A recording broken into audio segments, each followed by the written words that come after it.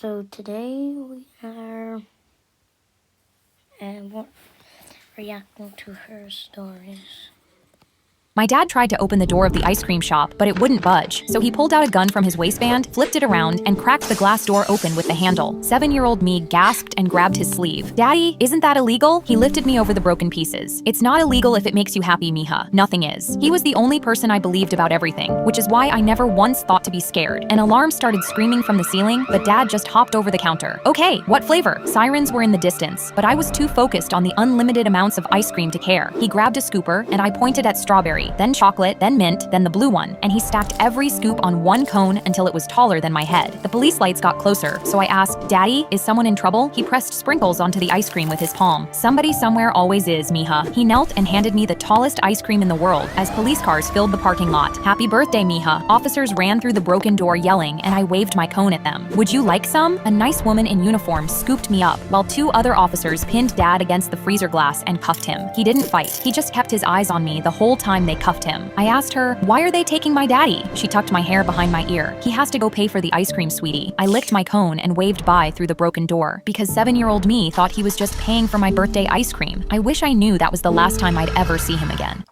My dad tried to open. The most popular girl in school invited me to a sleepover, but when I stepped in, my smile dropped because she handed me a soft pillow and said, "It's time for a pillow fight." I was invisible at school, so this invite meant everything to me, but Zoe's pillow looked like a sack stuffed with bricks, and all the girls behind her held the same. "Why does yours look so heavy? What's going on?" She just laughed, and another girl snatched my phone the second it buzzed. "Tonight, you're getting exactly what you deserve, you hoe. And now, you can't call for help." My hands flew over my head as they circled me, because I'd walked right into a trap, and I had no idea why. Zoe swung her brick pillow, aiming for my head, but I ducked as it whooshed past my ear. I put my hands up. "I don't want to fight. What did I do to you?" But she clutched her pillow harder. "You don't deserve him. He's mine," she screamed, swinging again, but I had no clue who she was talking about. I threw my soft pillow up to block and spotted my phone on the dresser, so I dove for it to call for help, but a girl kicked it across the floor. "Nobody's coming for you." But before I could move, Zoe's pillow caught me across the face, and pain exploded across my cheek as I dropped to the floor. She crouched over me, yanked out her phone, and snapped a photo of my bruised, crying face. "I'm sending this to Luke. Let's see what he thinks of you now." My hand started shaking because I'd been in love with Luke since kindergarten. "Please don't. Why are you doing this?" But right as she clicked send, her front door blew open and everyone froze. Luke stood in the doorway and I covered my bruised face, humiliated and confused why he was there while Zoe dropped her pillow and twirled her hair. "Luke, what are you doing here?" But he ignored her, knelt beside me, and lifted my phone off the floor. On the screen was his message, sent right when they took my phone. I turned Zoe down and told her I like you. She said she'd make you pay tonight. Be careful. Luke stood and faced her. "This is exactly why I rejected you. You're batshit crazy." Then he turned to me, softer. "This isn't how I wanted to do it, but will you be my girlfriend?" Butterflies filled my stomach, but before I could answer, Zoe shrieked and grabbed the nearest pillow, swinging it towards me with everything she had, but she'd grabbed my soft one by mistake, and her own force spun her face first into the pillow of bricks on the floor. She came up screaming, her face ruined worse than mine. Then I took Luke's hand and smiled. Yes.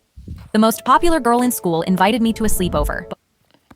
I shimmied the spoon with broccoli into my 3-year-old's open mouth. "Here comes the airplane." He smacked it out of my hand and crossed his arms. "I want candy." I pinched the bridge of my nose because he hadn't pooped in 5 days, and the doctor said if he didn't go soon, then he might need surgery. I put my hands on my hips. "Young man, I don't care if it's the last thing you do in this life. You will be eating a vegetable." He shoved the bowl to the edge of the table and puffed his chest out like he'd already won round 1. I knew I had to take out the big guns, so I waved a $100 bill in his face. "One bite, buddy. One bite and it's yours." He took it in both hands and tore it slowly down the middle. I stormed into the kitchen with my fists clenched because I wasn't done yet. I buried a floret under a mountain of mashed potatoes and slid the bowl over like room service. He dug it out with 2 fingers, ate the potatoes clean off it, and flicked the naked little tree into my mouth. "You eat it." He waddled victory laps around the kitchen while I chewed, and I bit down a smirk because his strut gave me an idea. "You know what? You win. See if I care." I walked into the kitchen, grabbed a freshly steamed bowl of green peas, and sat down to watch the World Cup. I tossed a few in my mouth and crunched it like popcorn. He immediately jumped onto the couch beside me. "What is that?" I shrugged and lied. "It's grown-up candy, but you didn't eat your broccoli, so you don't get any." He grinned ear to ear, grabbed the bowl out of my hands, and started pouring the peas directly into his mouth. The bowl was empty before halftime, and midway through the second half, he took off sprinting for the bathroom. I pumped a fist in the air to celebrate. Turns out you can't make a 3-year-old eat their vegetables, but you can convince them that they're committing a crime. That afternoon, I offered him a lollipop, but he shoved it away, marched to the fridge, and held up the bag of green peas. "This is the candy I want."